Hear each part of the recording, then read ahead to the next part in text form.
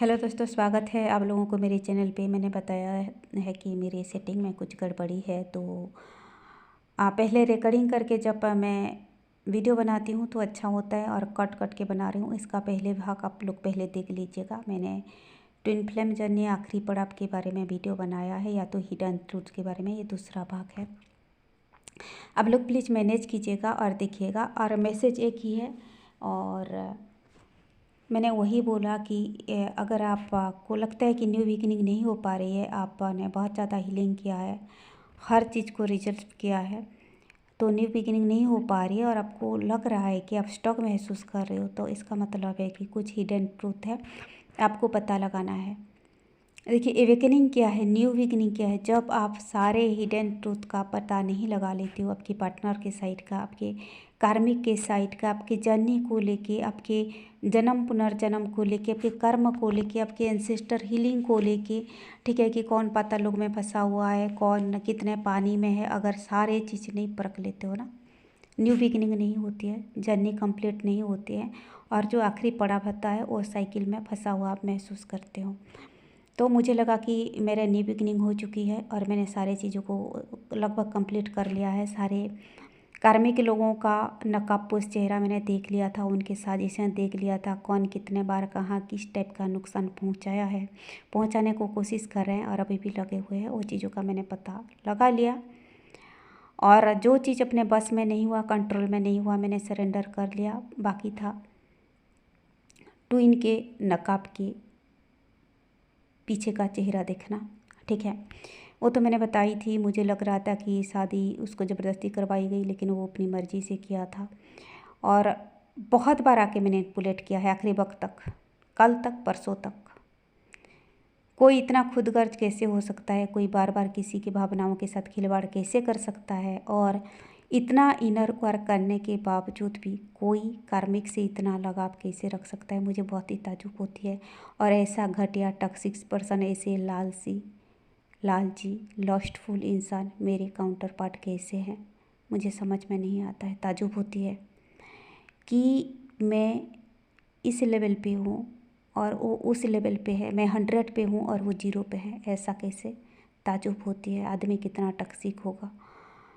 और पता नहीं उसके खून का दोष है, उसके माहौल का दोष है, उस कार्मिक औरत के साथ रह करके इतना गिरा हुआ है, ठीक है। मैं उसको बहुत बार वार्निंग की कि वो औरत मतलब के लिए है, वो ब्लैक मैजिक करती है, ठीक है। उसको लगा मैं जेलस होती हूँ उसको, और उसको लेके मुझे बार बार इनसिक्योर करवाया। मैं उसका भला चाह रही हूँ सिर्फ इसी वजह से कि इस पर्सन के साथ बुरा हो रही है, ब्लैक मैजिक हो रही है, मुझे बहुत पहले से चैनलाइज्ड हुई थी। इसी वजह से मैंने इसको बार बार हमदर्दी दिखाई, ठीक है। मैं सोचा कि ये विक्टिम है, ये पर्सन ने मुझे विक्टिम बना करके यूज कर रहा था, ठीक है। मेरे सामने विक्टिम पेश कर रहा था खुद को कि मैं उधर सफ़र कर रहा हूँ, तुम ही मुझे निकाल सकते हो इस चीज़ से, ऐसे करके यूज किया मेरे को 3 साल तक, ठीक है। और उससे पहले तो जो किया बहुत कुछ किया। तो इस तरह कोई स्वार्थी कैसे हो सकता है, किसी के भावनाओं के साथ बार बार खिलवाड़ कर सकता है, और वो पहले की गलतियाँ भूल जाता है, हमको समझ में नहीं आता है। तो मुझे लगा कि ये इधर आना चाहता है और उसको आने नहीं दी जा रही है। हालांकि ये पर्सन वो थर्ड पार्टी को खुद चुना था। थर्ड पार्टी जो भी हो, उसके कार्मिक पार्टनर, उसके फैमिली जो भी हो, वो खुद उन लोगों को चुना था और मुझे ऑप्शन की तरह ट्रीट कर रहा था, मुझे यूज करके उस औरत के साथ ज़िंदगी गुजारना चाहता था, ठीक है। और वो दिन आ रहा है बहुत जल्द, उस औरत की गंदा चेहरा पूरा दुनिया देखेगा, गंदगी, और वो सबक दे के जाएगा, जिसकी वजह से ये परिवार, इस पर्सन, ये सब मेरे तरह ऐसा हालत किए। जो गलत मैं की नहीं था, वो चीज़ें मेरे ऊपर आरोप की गई, मेरे चरित्र को लेके हर चीज़ तक ये लोगों ने जो धूल झोंका है, वो गंदगी उस परिवार के ऊपर होने वाली है। ये इस पर्सन का कर्मा है, मुझे बार बार ग्रांटेड लेने का कर्म। और मुझे डिवाइन ने वो सारे चीज़ें दिखाया। इसके आप एक हफ्ता का पोर्नोग्राफी जो करता है थर्ड पार्टी से, और सेम डायलॉग थर्ड पार्टी के सामने दोहराता है, जो मेरे यहाँ आके दोहराता है कि उस औरत के साथ मेरा कुछ नहीं है और तुम मेरे सब कुछ हो। वही सेम डायलॉग उस औरत की वहाँ रिपीट कर रहा था और उसके साथ फिजिकल हो रहा था। ठीक है, तो उधर फिजिकली इन्वॉल्व होते वक्त इधर का प्यार कहाँ गायब हो जाता है। ठीक है, हमको समझ में नहीं आता है। मतलब कि ये पर्सन मेरे को ग्रांटेड लिया, यूज किया बार बार 7 साल तक, वो कर्मा मिलने वाला है। और इसको बहुत तरीके से डिवाइन ने समझाया। पहले मनी होल्ड किया, इसको समझ में नहीं आया कि मतलब एक शरीफ लड़की के साथ बार बार धोखा कर रहा हूँ, इसीलिए चीज़ें हो रही है। इसको काफ़ी सारे सोल शक मिले हैं, सोल लेसन मिले हैं।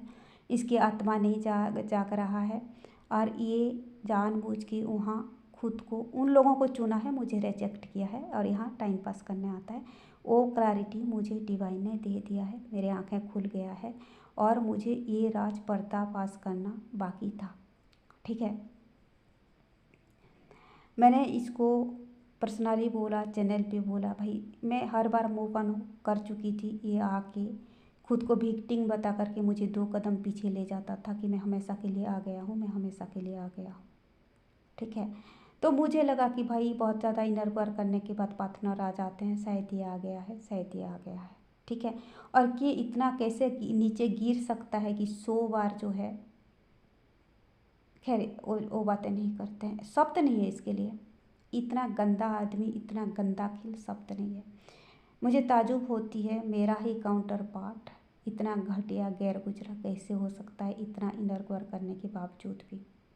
ठीक है, तो दोस्तों जो कुछ भी बोली गई है आधा सत्य बोली गई है। जर्नी में आपको हमेशा बोलती हूँ कि इनर वर्क करने के बाद पार्टनर लौट आते हैं, सुधर के आते हैं। गलत गलत गलत, 90% गलत।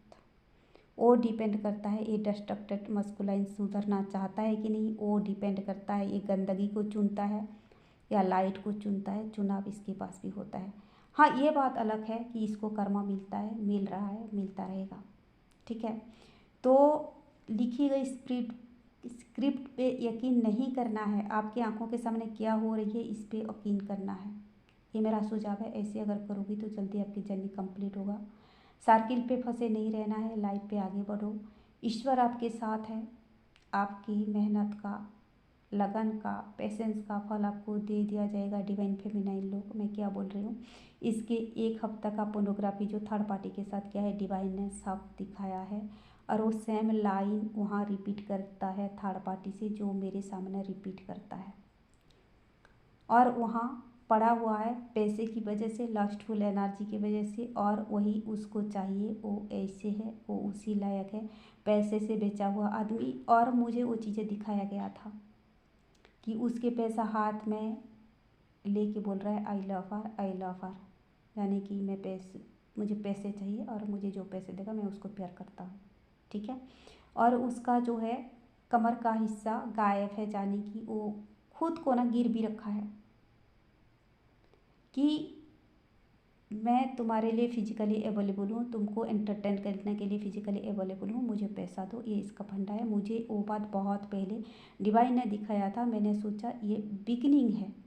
मैंने वो सारे गंदे कारनामे इसका देख के भी मैंने इसको माफ़ किया था।